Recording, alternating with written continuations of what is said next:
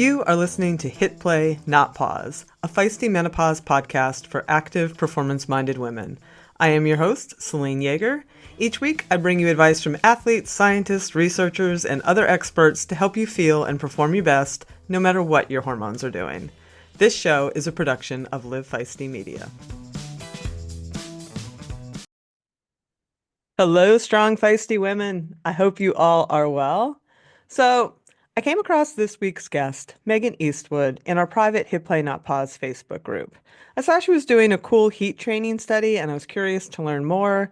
And then as I dug into her story, I saw she just had a really cool background and probably a lot to say. And I was correct on that one. Megan found ultra trail running in the UK in her early 20s, but a really terrible eating disorder ended any sports activity by the time she was 30. And then career, marriage, raising a family. She hit 39 in a body she didn't recognize and not even able to sort of run around the block. And she didn't want to enter her 40s like that. So she took up running again and living in Vancouver, Canada. She quickly found the ultra marathon scene and the ultra running scene. And you know what happens? Perimenopause hits her like a freight train. And like many women, she couldn't understand what was going on. She didn't even know she was in perimenopause for a long time. And when she went to find out what to do about it, she got the advice to eat right and exercise, all the stuff she was already doing. So she dug into her podcast, she dug into her resources, and she turned the ship around. And since 2022, she has completed numerous trail running events, including the 7-day Trans Alpine event, the 6-day Trans Rockies, the three-day Moab Run the Rocks, and has started to focus on half Ironmans just to try something new. And now she's 55, postmenopausal, and she's just out there doing all kinds of stuff, kayaking and snowboarding and rock climbing, all of the things. And her message to anyone struggling, and she has struggled a lot, but struggling through menopause is just keep going and to strength train. She's just like, be kind to yourself, acknowledge that the body is going through a huge transition, and some days, weeks, months, or even years are bad. And she has had all of it. And I will say up front here, the show took a few turns I did not expect. Megan drops a couple of pretty significant bombs into the conversation, one about sexual assault, and there's a pretty significant eating disorder. And I will say also in regards to that sexual assault bit, and you'll hear it, I was a bit stunned and she was rolling with her story, so I didn't want to step in and stop her or really refer back. And as I went over it afterwards, I will say I kind of wish I had, for no other reason than to say, wow, I'm really sorry that happened. And it's something that I've heard all too often, that this kind of trauma just paves the way for a lot of real challenges and self-harming behaviors. And I'm so sorry that women like Megan carry this. And I'm grateful that she does talk openly about it, and it's an essential part of her past. Anyway, I just wanted to make that note because when you're in the throes of a conversation, it's not always a perfect process, and I'm not sure I handled that one perfectly. And I want to acknowledge that and to acknowledge that, boy, oh boy, a lot of us go through a lot in this life, and I'm glad we're all here for each other. And this is just a hell of a conversation. And I'm getting choked up, but I just wanted to say that. All right, before we get to it, give us a follow on Instagram and Facebook at Feisty Menopause. Come join our private Hit Play Not Pause Facebook group where I found Megan, where we've got about 35,000 women helping each other day and night. Get into those show notes and sign up for my free weekly Feisty 40 Plus newsletter. And if you like the show, kindly share it with a friend. Word of mouth is still the best way that we continue to grow. Finally, very quick thanks to MIDI Health for their support of the show. Quality menopause care is super hard to find. MIDI has you covered. All right, that is enough of me. Let's have a few words about our awesome sponsors and get on with the show. All right, Megan, welcome to Hit Play Hi. Not Pause. Hello. Thank you. I was just pressing the button then for saying okay to this. Thank you for having me on. This is going to be great. I'm actually super excited to talk to someone who wants to talk about menopause because here, I go running with the guys, and I see their eyes glaze over when I start talking about menopause. And some of my younger friends, they're not there yet, and I see their eyes glaze over. So it's like, oh my gosh, I'm actually going to get to speak to someone who's interested in this topic. I fully understand that. And to be fair to those younger friends, I probably would have been one of those younger friends too, right? Like we all like you're ready for it when you're ready for it. And I always say like you don't need to stress about stuff. Yeah. Like yeah. Yeah. I think my main thing is when I'm saying to them is like, because I was the same. I mean, you read all the literature and it's, eat healthy and exercise. Well, I eat healthy and I exercise. So this Yep. is going to affect me. Like, why is this any of my business? And then you get there, you're like, holy crickets, like, That's what? why I started the podcast. Like, yes, you're right. It actually does affect you no matter what you do. Yeah. So yeah. Yeah. And I just keep saying to the girls, like, I get it, you're not there and that's absolutely fine. Just know when you come, like these are the podcasts, these are the books, this is what's going to get you some help to try and help yourself through this as best we Well, can.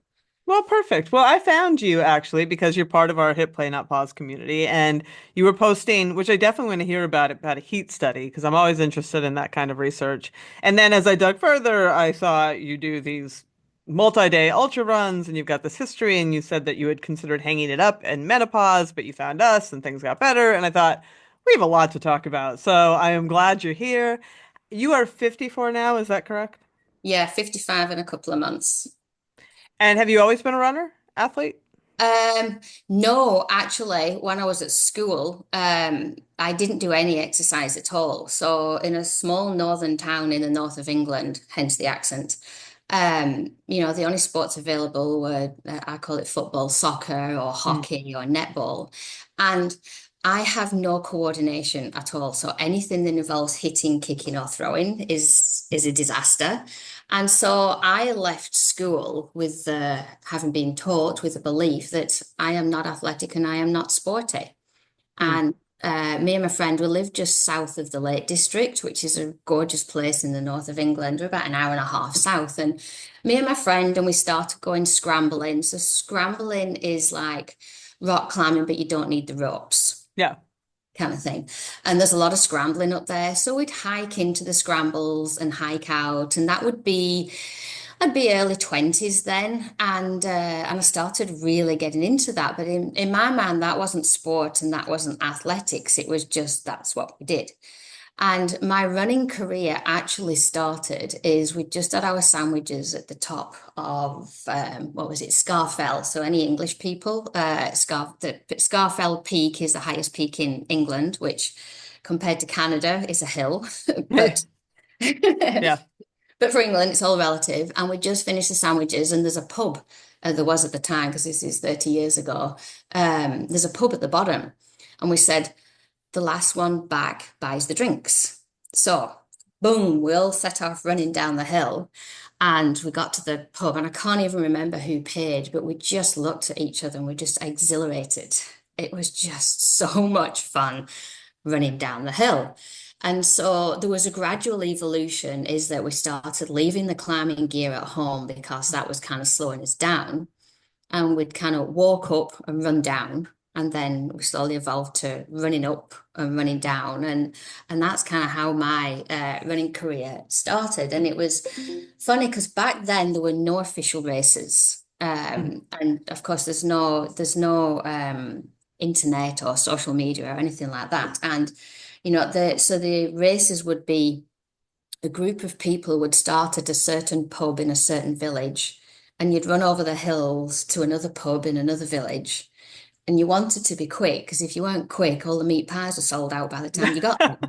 So you didn't want to be last. And there was no checks that everyone made it off the hill. There was no flags. You had your map and your compass, and off you went and hope you survived. And again, as the years rolled by, they'd have a sheet of paper at the finish line and they'd write the names down of the people. So the only people who knew what position you crossed the line in was the people standing at the finish line when you finished, because after the race, they just threw that piece of paper away and, everything's Yeah. lost in the ether. But me and my friend Joanne, we both had pixie cuts and we both looked quite similar. And a lot of people did think we were sisters. And we would be first and second female or only females in these races. And so people were starting to get to know us and they'd be like, oh, you're those two girls, you're those two girls, and what have you. But again, it was more of I never considered myself athletic. It was just that's what you did. And so I think again, as the years went on, I'm still climbing, so you're still getting that, the muscle building, and we're doing a lot of endurance. And I look back now and my figure was stunning. But if you would have asked me the question at the time, because at the time it was heroin chic and Kate Hmm. Moss and Bridget Jones' Diary was fat, She was 138 pounds, if that. it makes me weep. I look back at the picture of that movie now and look at her and I just weep that she was labeled fat. And So terrible. we were all watching that. And the goal was eating disorder thin. Yeah, Not, literally drugs, eating yeah, disorder, smoking cigarettes. Though when I was not to no, go carry too on. far down this tangent, but I used to go to photo shoots, fitness photo shoots for big magazines, and the models would be out smoking in the Yeah, parking lot. trying to get some weight off. Yes. Yeah. And so me with this athletic runner's climber's body, it was too big.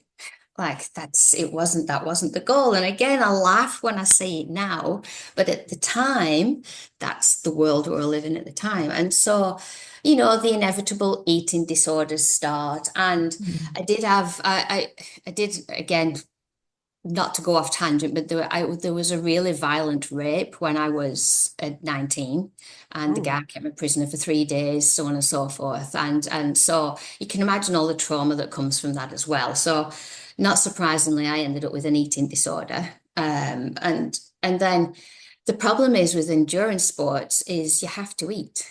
You can't you can't run a long way without food. It just doesn't work.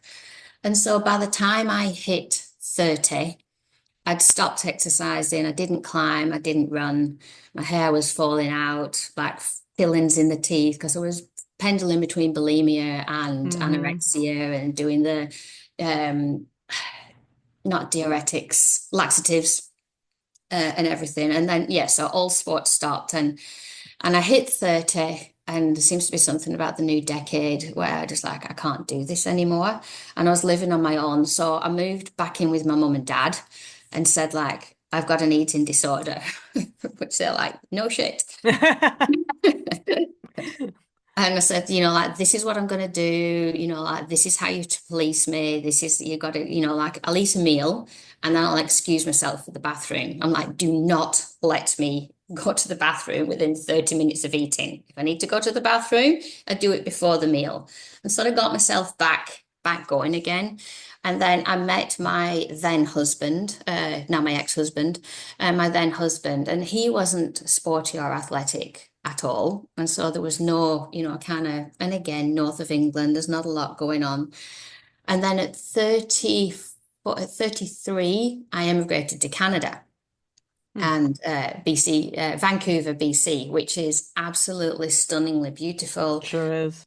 We have all the mountains and the trees. And I remember, and I was like, oh my God, I can't wait to get into, I'm just looking out the window at the mountains now, and I can't wait to get into those mountains. And my husband looked at me and was like, are you crazy? I'm like, there's no way. I was like, oh, what do I do? So I'd started, so I did nothing because you've got the heavy career. Like I had a child, I was finishing my degree, I was working full time, hideous commute. Like there's only so many hours in the day. And I got to 39, age 39. I was just about to turn 40. And I say I was overweight. Again, I was probably normal Were you by exercising at all, Jane? nothing. So in my 30s, I did nothing.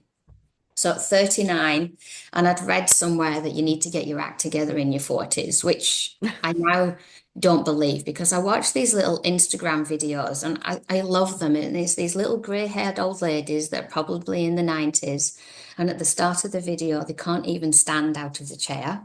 And then it's going through and they're going through. And by the end of the video, they're lifting weights and everything. You're like, oh my God, like you totally can start at any age. Oh, it's However, never too late. It's good to get your shit together at some point earlier yeah, if you can, but yeah. if you haven't, it's still And time. there's Yeah. always time. And anyhow, so here I am at 39 going, I need to get my shit together. I'm turning 40. So I went and bought some running shoes because you can't like if you've got any if you only buy one thing, buy the running shoes. And I couldn't even run around the block. It was just like I had nothing left. And so it was run to the lamppost, walk, run to the lamppost, walk, and I kind of got myself that I had a little 5 kilometer circuit that I could run, walk, and built myself up that I could run the 5 kilometer. And then I kind of got myself to 10 kilometer. And then, okay, and the people who know me, like I go at everything like a bull at a gate. I ended up doing 2 marathons in the first year.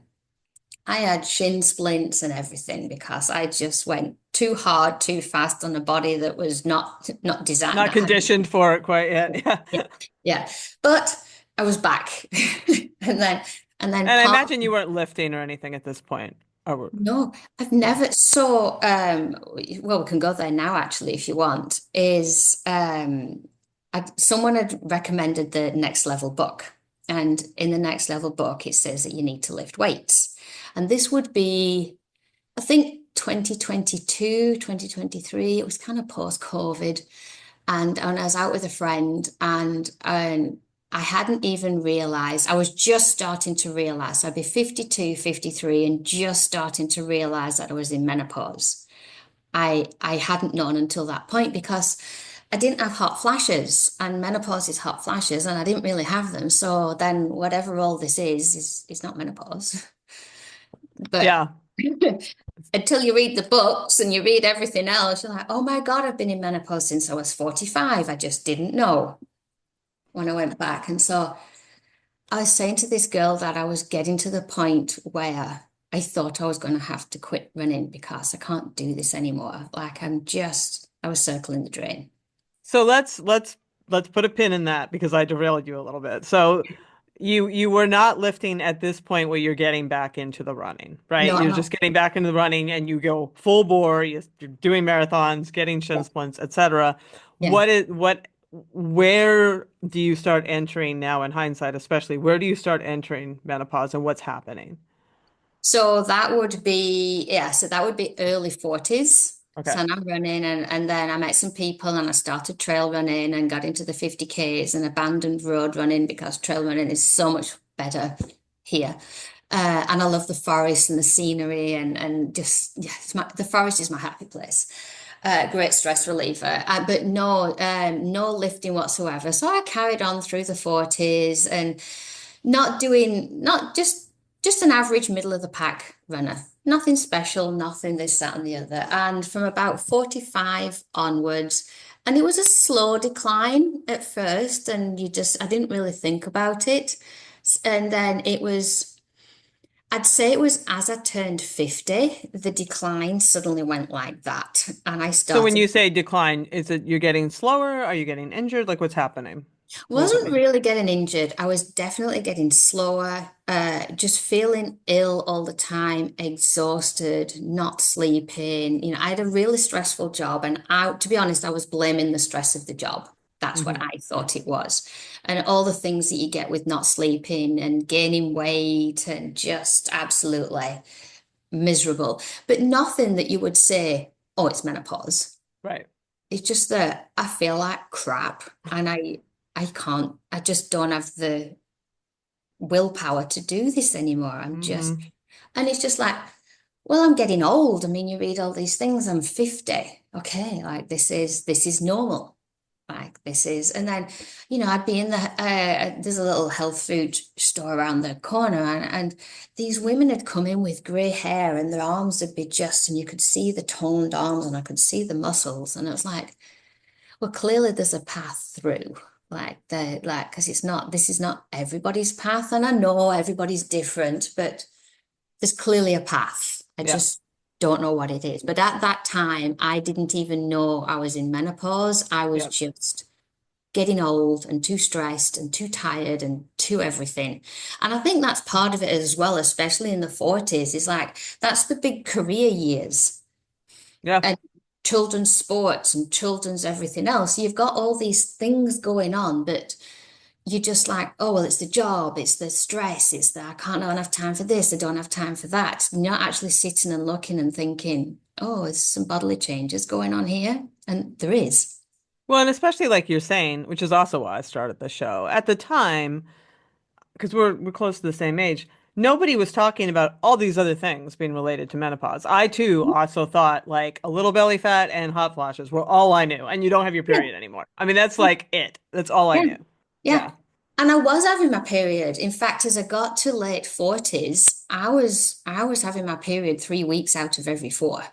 It was. So that was, they're certainly not going, they're actually getting worse. And, and I can say this because you said in another podcast, it was a bloodbath. It was like Chainsaw Massacre.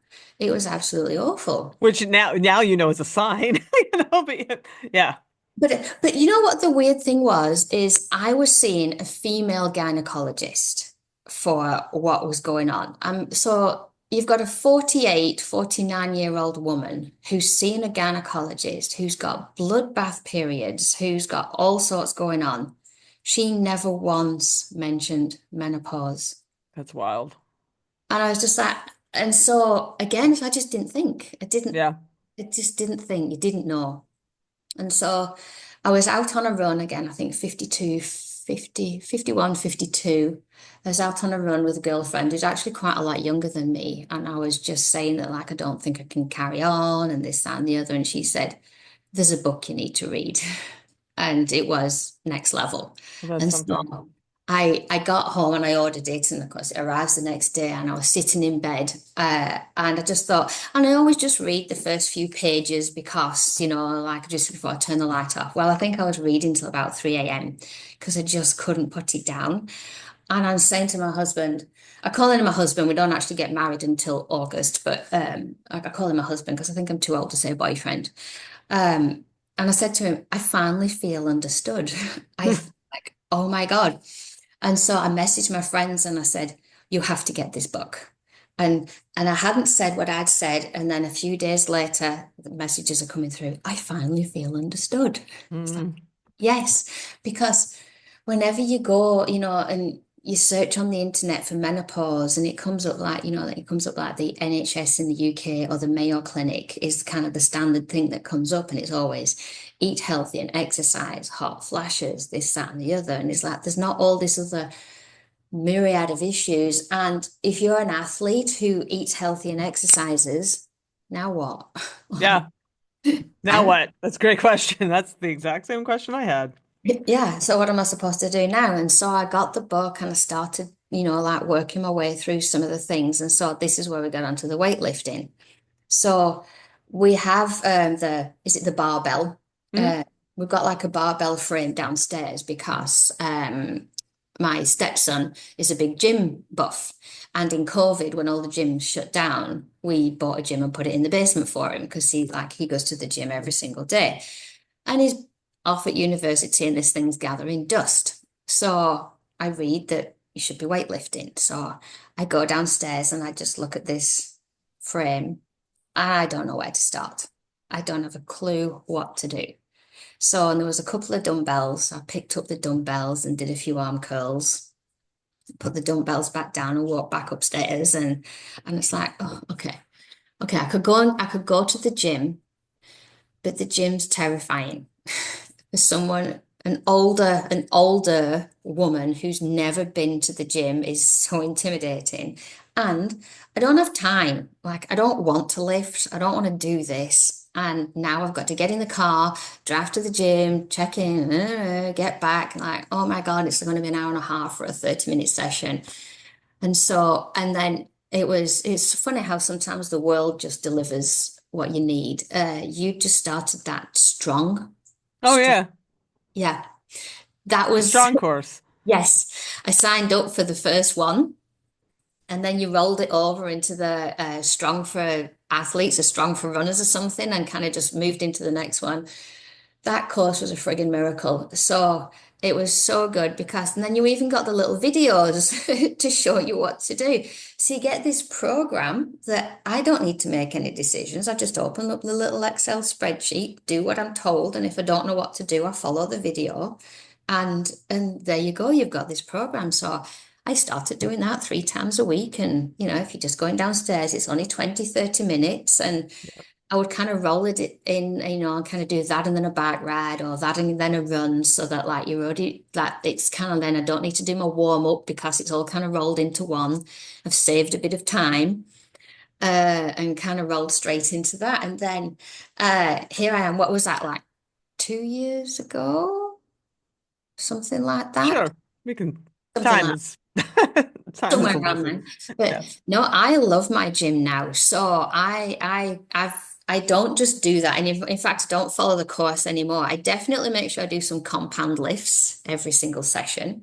And then, because with things with my physio, like he kind of, depending on what's going on, get some exercises that I need to do, or depending on what podcast I'm listening to. Like there was that one on fish. Yeah, the fascia one was, yeah, Yeah, yeah. myofascial work. Yeah, Yeah. so it's like, okay, then we've got to incorporate some of that and then the plyometrics and so on and so forth. And so I've kind of like just evolved some things and kind of modified and I really enjoy my gym sessions now and I can totally feel the difference. And it has totally made me a better runner, for I sure. was just going to ask that. And I mean, I personally, that has been my experience. It's honestly the only reason I lift. If I didn't have, it's not my love, but it makes such a difference. It makes such a Oh, difference and you do, you know, I will have talked about this in the intro to this podcast, but you do a lot of like very long runs, like multi-day runs. yeah, yeah. And you need the muscle because like the breakdown, if you're going to be out running like 8 to 10 hours a day for 7 days straight, and it's a marathon a day over mountains, it's like y- you're losing muscle. Like you've got to be solid. And then it's the things like, like if you're going to trip, like if you've got that solid core, it Makes just You're not face planting on a bunch of rocks. Totally. Yeah, I trip. Oh God, I'm probably going to curse myself saying this, but I trip and fall so much less I now. could see that. And and you read it, wow, wow, wow, wow, wow. But no, I've lived it, and I just feel solid. You can just feel, and for Yep. someone who's never lifted weights, and probably well, I've climbed, and I've climbed on and off through my life. So I suppose that's the equivalent of weightlifting, but I'm definitely way more solid than I've ever been. And I also have found, and I've read this like the joint and the knee injuries and everything else, because your muscles are protecting all the joints as well. And it's just like just all this knock-on effect of yeah. Yeah. Who knew? Yeah. So did you ever end up going on any hormone therapy? I'm just curious if that was part of your journey. No, so Yeah. so the day I was complaining to my friend who got me on this book, I had just been to the doctor, my family doctor, a couple of days before, a week before, and at that point I was peri, so I Hmm. wasn't through. I officially finished menopause, woohoo, um, July 2024. I'm officially done. Yep. All Yeah. right. Woo. And that was a strange day because I got to 10 months twice. So, Before and the it's, clock started over. yeah, before the clock, and you're like, oh, I can't do this again. And then so on that day, you're like, yes. And then it's like, okay, right. What now? Now what?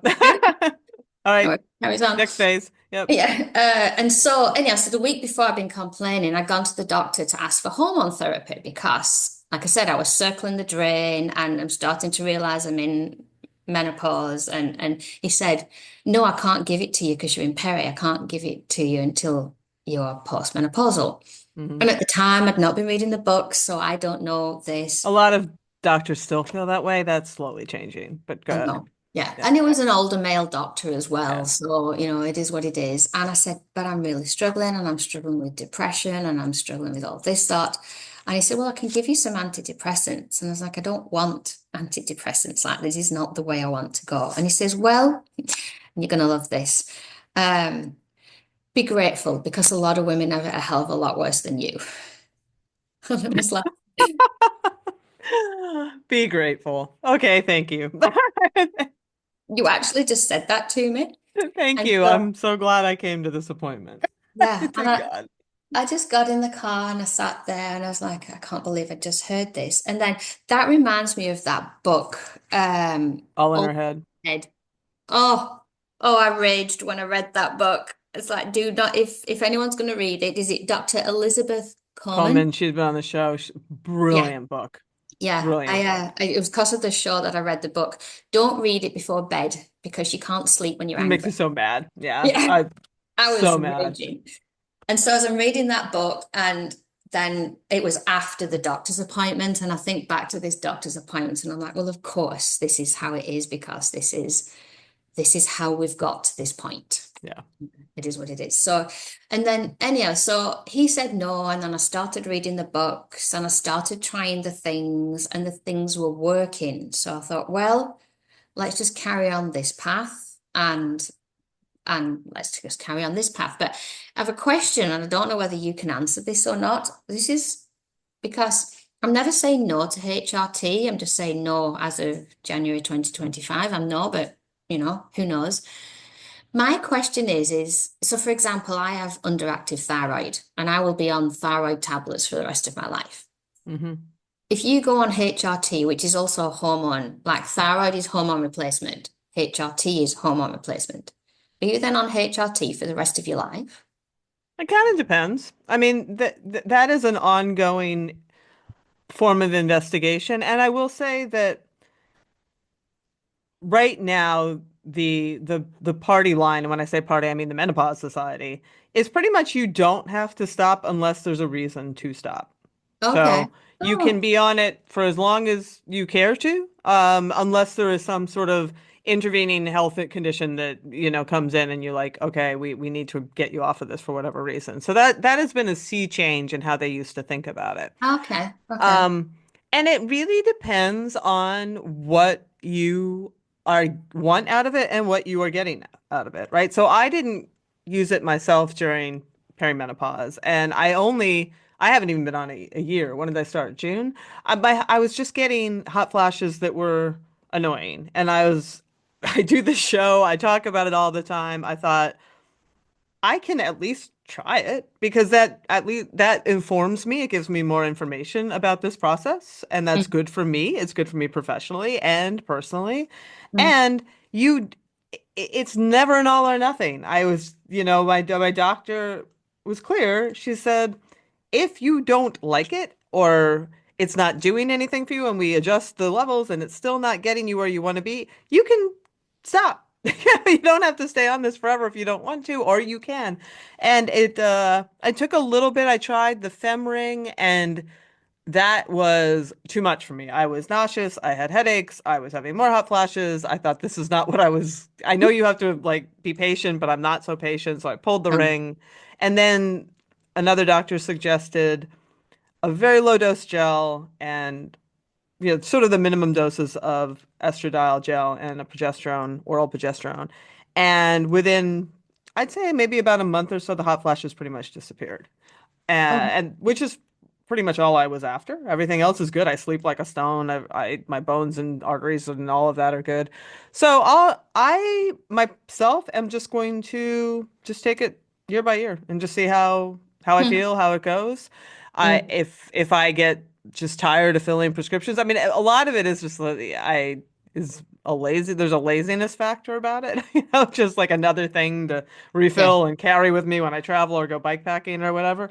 But yeah. yeah, it's if to answer your question more succinctly, often when women do go off it, if they are on it for hot flashes or that kind of thing, sometimes that stuff comes back, when they stop. If you are taking it for osteoporosis prevention specifically, that is a long course thing because you will lose that stimulus, you'll lose those bone belt benefits when you stop taking it. So a lot of it really just is Why are you doing Why it? are you taking it? Okay.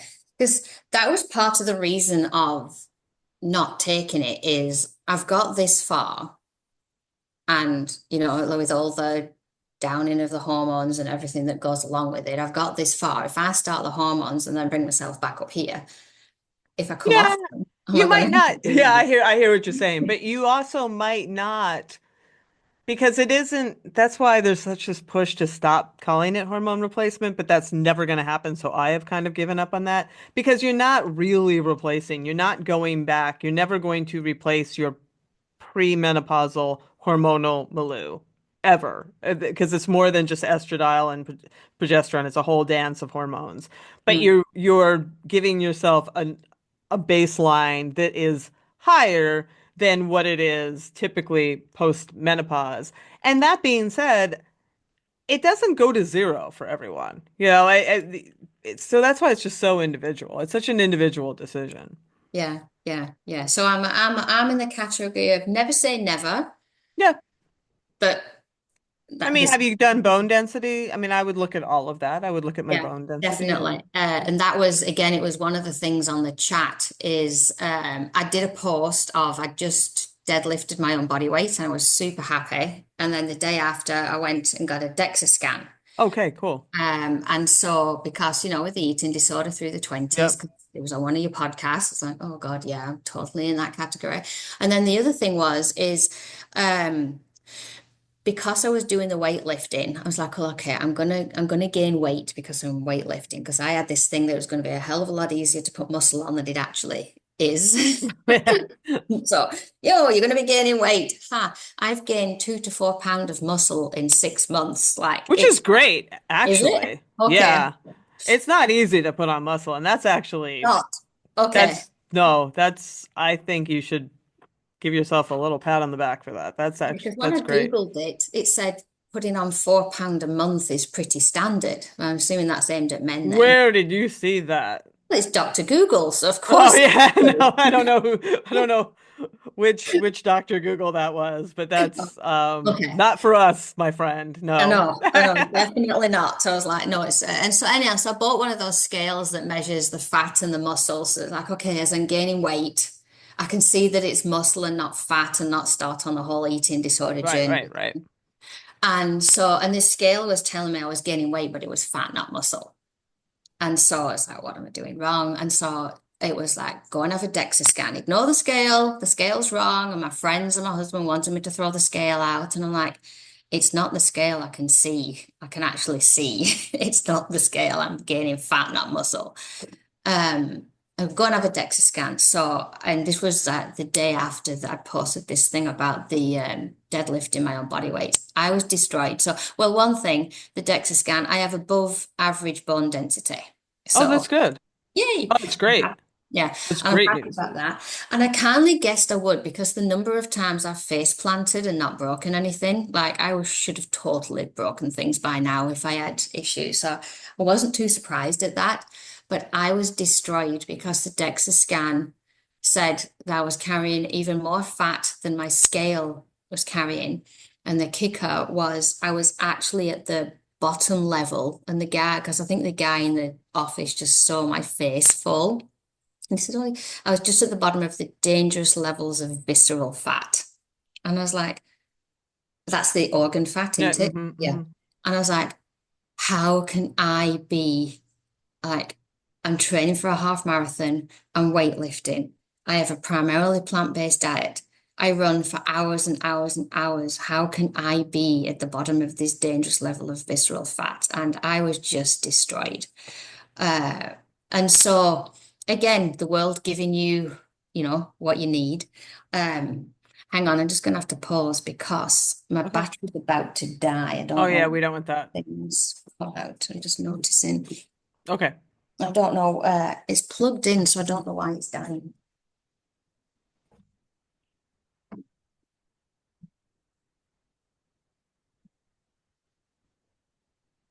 Okay, there it is. Sorry. Okay. So was we'll start that again. So I went for the DEXA scan. And the universe gives you what you need, is And what the we were universe talking gives about. you what you need. And so I was just in the depths of depression. I was I'm lost. Like, if you can train for an Ironman, half Ironman, run a long way, plant-based diet, weightlifting, no sugar. I was no sugar at that point. I'm just like, what the hell am I doing wrong? And a girl posted in the chat and said, I don't know who it was, but whoever it was, I owe you the biggest debt. Someone had recommended a dietitian, and she's just like, this has been life-changing. So I thought, okay, let's give it a go.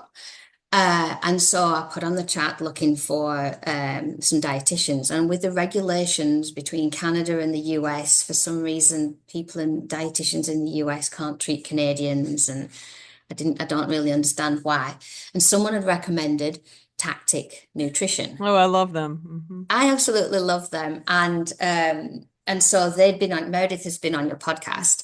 Yes. And I still follow them now. And I'm doing that fuel course that you've got going Hmm. on at the minute.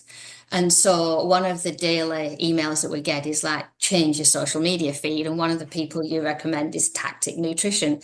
And it's funny because I've recommended them to so many people. They like their daily, semi-daily posts. This they hit the nail on the head. They're Like, great. there's no magic bullet, there's no magic pill. It's just about being consistent and realistic. And it's just like, oh my God, yes, thank you. And you see real people doing real things. And so I'd started, so I went on the dietitian hired them as a dietitian. And I was absolutely terrified because getting someone who has lifelong eating disorders, because I even did dabble with bulimia a little bit before I found the next level, because again, you've got the weight gain and nothing's going right. And, I'd tried a bit of bulimia, but Very common. I can't do it at this age. Like, my body's just You not, shouldn't do it at any age. Having done it myself and my younger years, it's not advised. it's not good. Yeah. And I just couldn't do it. My body just couldn't take it. So it's like, well, that's another avenue gone. And so I was terrified of doing this dietitian thing because telling someone with an eating disorder to be like watching, and tracking everything that they're eating to me is a recipe for disaster. Uh, Hmm. but I cannot recommend it enough. And so she way upped my protein. Oh, I was not even in the right stratosphere eating enough protein. So, of course, I wasn't building any muscle. I wasn't eating enough protein. And so that was my biggest takeaway. And you'll laugh at this because we're all doing the fuel thing this week. Upped my calories. I wasn't eating enough. Shocker. Yeah. Well, Um, it's so common. yeah. And I just had on, I think I was telling you, I had on Bill Campbell, who's going to be on. He's a fat loss researcher. And one of the things that he's like, I don't know a lot about this because there's not many research studies on women in this demographic, blah, blah, blah. He's like, I do know that eating a lot of protein can help you lose fat. He's like, I can tell you that. So you are, Well, on a yeah, study of one, it worked yeah. because I've lost about 10 pounds of fat and gained muscle. And so when you start with tactic nutrition, it's what's your goal? My goal wasn't to lose weight. My goal was to change body composition. Like, I Hmm. want to lose some fat, but I want to gain muscle. I don't want to lose weight. And so at the minute, I weigh a lot less than I did because I've still got to get the muscle back Yeah. on. But even if I don't, like, I'm happy where I am. Like, I'm toned. Like, this summer when I was wearing my little vest top, and they say, like, it's working when other people notice. Like, I was wearing the vest top, and for the first time in a long time, like, you could see some definition and my back muscles and everything. And people are like, what are you doing? And I'm like, huh? I'm eating protein. So can you Uh, give us an idea? Because I'm super curious. What was that before and after looking like in real terms? Like what did your food look like to eat that much more protein? so again, because I was primarily plant-based, I wasn't eating any meat or fish, and I was getting most of my protein from milk and cheese, which also has a lot of fat. Yeah. which wasn't helping. So I've gone down to the low fat, high protein milk. I have the high protein yogurt. So every morning I have the plain Greek yogurt with some fruit and some, and some nuts sprinkled on top. Um, I snack on boiled eggs. For my running snacks, I quite often eat a protein bar as my running snack because there's still carbs in a protein bar. Yeah. And I'm And you fine need at them anyway. You're breaking down so many amino that. acids. Totally. And I've read I have read that for long distance runners, you should be adding protein Yeah. in during the run because you are breaking it down. And I did the 7 day Transalpine on protein bars and stuff, and I did it. So it worked. Uh, um, and so, yeah, and then I introduced meat and fish back into my life. And so, like, I'll make something for Andrew and I'll just throw a piece of chicken on the side or a piece of tuna on the side. And then I've got actually I think these were one of your sponsors at one point to Perfect Amino. Mm-hmm. Mm-hmm. Yeah, I got these coated tablets, 5 of these tablets is the equivalent of 10 grams of eggs or 29 grams of whey. And so when I'm traveling or stuff, or I've had a bad day, because they're literally 5 calories and quite a lot of protein. So, if you're traveling or you're busy or this, and I'll just throw some of those down with a glass of milk or I have the protein bars. And then if I am making a meal that's primarily vegetarian, I'll throw in a can of chickpeas or a can of black Yeah. beans, or it's just trying everywhere to just get a bit of protein in as much as you can. And I found if I do that, my so for me, she said I don't really care because she didn't care about the sugar. She was like, you have to hit the minimum protein. What did That they, what was that it number was for you? 2.5 grams per kilo. Okay. Yeah. You have to hit the minimum protein. She said, if you go over on your carbs, if you go over on your sugar, whatever. And then I was getting plenty of fiber anyway, because I'm primarily plant-based. And then I was going to say she told me off. She didn't tell me off. If I didn't eat the calories, we'd talk about it. Because Alex is super sweet and super lovely and would never tell anybody off. And it was so funny because every time we chatted, the first question would always be, how you feeling? How you doing? And so there was this one week and I said, oh, it's not been a good week. And my friends and my family say I've never been patient, but I was even less patient than usual and just so grumpy and tired and this, that, and the other. She says, yeah, I'm not surprised because you've not had enough calories this week. I was like, oh, okay. I thought you were just asking me to be nice. And she says, well, I am asking you to be nice, but I'm also asking because I'm also trying to gauge, are you eating enough calories for the amount of activity that you're doing? And if you are eating less calories and you are grumpy, more grumpy than normal, that's clearly a sign you're not eating enough calories. And so this dietitian thing, I stayed with her for 6 months, and then I know what I'm doing. I'm off on my own. I'm good, and I'll go back if I need to. But I've kept doing the app because it's a bit of a little security blanket for me. Because I'll happily have a piece of cheesecake now, or a chocolate caramel bar, or whatever it is, and the treats. And I particularly love New York fries, poutine, or what have you. And then when I plug it all in, like historically, I would have been beating myself up that I'm eating way too much. But when I plug it into the app, no, I'm not. But I can That's see, great. oh, I'm low on protein. Okay, I need to get some protein in now. And it's been freeing. And then the other thing that is so strange, because again, like to get to 50 odd before you can have this thought, if I'm hungry, I eat. I understand way too much exactly what you're saying. What a novel concept. How about that? And to be able to eat without the guilt. Because normally, if I'm like, if the old signal is if you're not feeling hungry, you're not losing weight. And so, All the things that we have been programmed. yeah. And so to happily, because it's like, no, if my signal, and again, this is in your fueled course, I think it's today, that's the signal, you need more calories. It's amazing. It sure is. Yeah. So, before I let you go, I do want to hear what you learned from the heat study you did. Oh yeah, yeah. So he put it in. I'm on a triathlon Facebook group, and he put it in there because it's primarily on the bike. And it was funny because he wasn't getting enough participants because you got to have a VO minimum VO2 max of 40 to be able to join in. So it's kind of like aimed at your endurance athletes. And I said, oh, I'll put it on some of my trail running Facebook groups. Well, he came in the day after and it's absolutely flooded. He had more than enough people and a wait list of people. And I said, yeah, because if you're going to offer a free VO2 max, like hell yeah, we're Yeah, all right. signing up for that.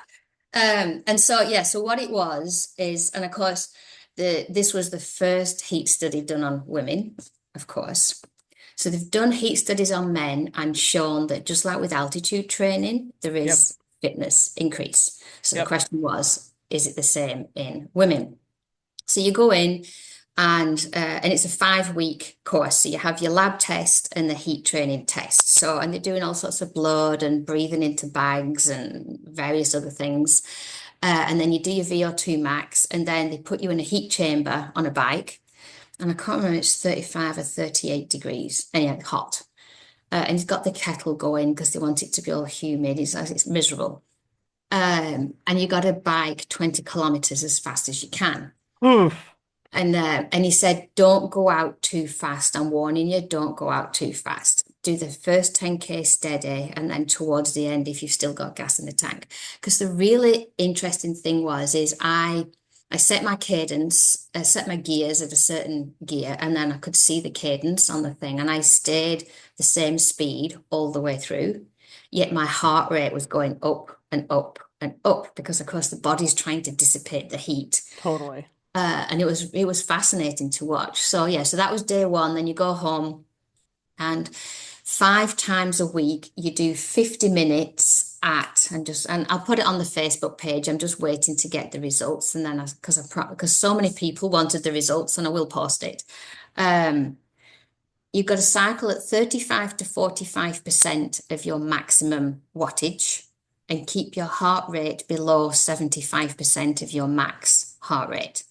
Because the idea is you're not training the cardio system.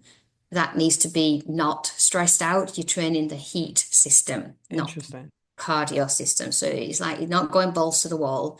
It's like doing this pedaling outside of the heat is like easier than zone two, to be honest. Um, but you're in full winter gear. Did it freeze then? I thought it froze then. Full winter gear, hat, socks, raincoat, warm things, garbage bag, everything. If you're not sweating, like he said, if you're not sweating like a pig, um, I think that's my terms. I think he said if you're not really sweating, um, you're not hot enough. The idea is it's got to be hot enough. So you do that 5 times a week for the first 2 weeks, and we went back in and had the VO2 max, the heat training study, and more blood tests, more lung tests, more everything else. And it was really interesting because on the VO2 max and the heat on the bike, that's also a mental component as well.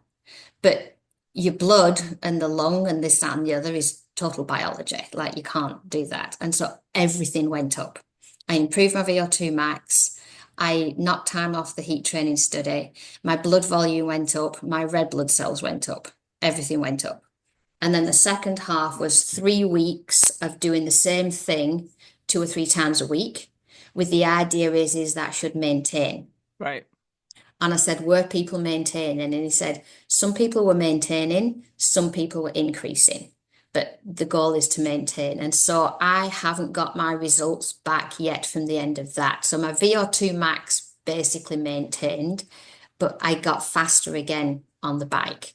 And I haven't got the blood test back yet, so I don't know. But it's suggesting that at the very least it maintained. Yeah, that's So cool. I mean, heat training is yeah, really fascinating, and it's translatable to many things. If you don't live at altitude and you're going to do something at altitude, heat training is a really good yeah, proxy kind of training to sort of yeah, get that blood volume up, and because all you want is more oxygen carrying capacity, right? That's what you're Yes. looking for. Yes, Yeah. if you've got more red blood cells and you've got more blood volume, then you're getting more oxygen Yeah. to the muscle. There was one quick thing that I wanted to just throw out, just in case there are any PhDs listening. Hmm. Um, my argument with a PhD, if we've got time, my argument with a PhD or my discussion with a PhD is I don't think the VO2 max test is designed for women. And let's face it, it You're probably not was. alone. That has come up a few times. Okay, because so when I'm doing my track, I'm not a biker, I'm a runner. And I know I need to improve on my biking because I'm doing Ironmans. Um, when I'm on the track, I can get my heart up to 179. When I was on the bike in the bike study, I could only get it to 174. And your max heart rate does affect your VO2 max. They are also different though from sport to sport. He did say that. Yeah, Yeah. yeah. But on the VO2 max, I got it at 174. Then 30 minutes later, when I'm riding the bike again to do the heat training study, my heart rate was over 180 for quite a few minutes. I got up to 184. And the only reason we stopped is because I hit 20 kilometers and we stopped. We didn't stop because I had to stop. And so clearly, my cardio system, when the stress isn't put on the muscles, and talking about a menopausal woman who I admit lost too much muscle before I got into weight training. So I'm behind the eight ball on getting the muscles back. I felt that my VO2 max was hindered by my lack of muscle, not my cardio system. And if there was another way that we could measure the cardio system, because clearly it was quite capable of chugging along or in the 180s.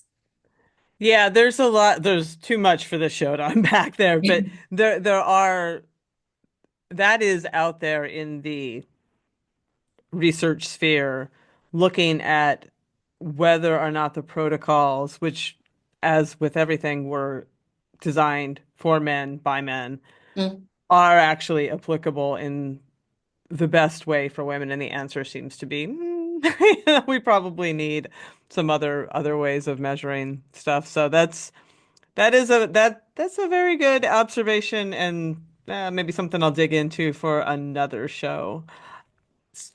I really appreciate you coming on, Megan, and all of your insights. Is there anything that you wanted to leave the audience with that we haven't talked about? I think my only message for people is I've been so appreciative hearing the experts and what other people have tried that have worked. It's great telling people it's not your fault. I know it's not my fault, but give me something to do. I'm a doer. Like I want to feel empowered and I want to feel like I'm trying to do something. And so I think my message to the people is, like read the books, listen to the podcasts, and that there's a lot of experts, there's a lot of things that make sense. There's things that won't apply to you, and that's fine. And there's things that won't apply to you this year, but then do apply to you next year. And there's been a couple in the chat that have put and I've answered is don't give up. Like when you're in those doldrums and you're circling the drain and you just think, this is it, I can't do this anymore, just keep doing something because then when you feel better again and you're coming out the other side, you've got that baseline of fitness to build on. If you go down to zero, it's way too hard to come back. But if you've just kept something going, then it's so much easier to build back. And it's like, and yeah, you don't want to start. No, and you don't want to do it. But I'm saying just give yourself 20 minutes, do 20 minutes and then make the decision. And I can count on one hand how many times I've stopped once I've just done the first 20 minutes. And sometimes it's an ugly workout, still a workout. 100%. Chrissy Wellington, a superstar triathlete back in the day, once left me with some workouts are stones and some are stars, but they're both rock and we build with them. And I was like, okay, I Yeah. like that. I'll buy Yeah, that. Yeah. that is so true. And that's kind of, I can imagine Tactic Nutrition using that as well, because that's their motto too. Yeah. Just keep trying. Yeah, and I love that. I do love that. Just keep trying, keep your base because there is another side and you will be stronger on the other side. Yeah, and you Yeah. won't be back to zero. That is really great advice. Yeah. Well, I wish you all the best in your all the endeavors that you have, and we'll be watching you on the channel and your reports from wherever you are, uh, whatever activities that you're doing. I appreciate you coming on, Megan. Thank you for having me. I've enjoyed it. Well, that's our show. Come on back next week when we bring back sports dietitian Kristen Arnold to talk all about nutrition fundamentals for peri and postmenopausal women. So come on back for that one. And until then, as always, stay feisty.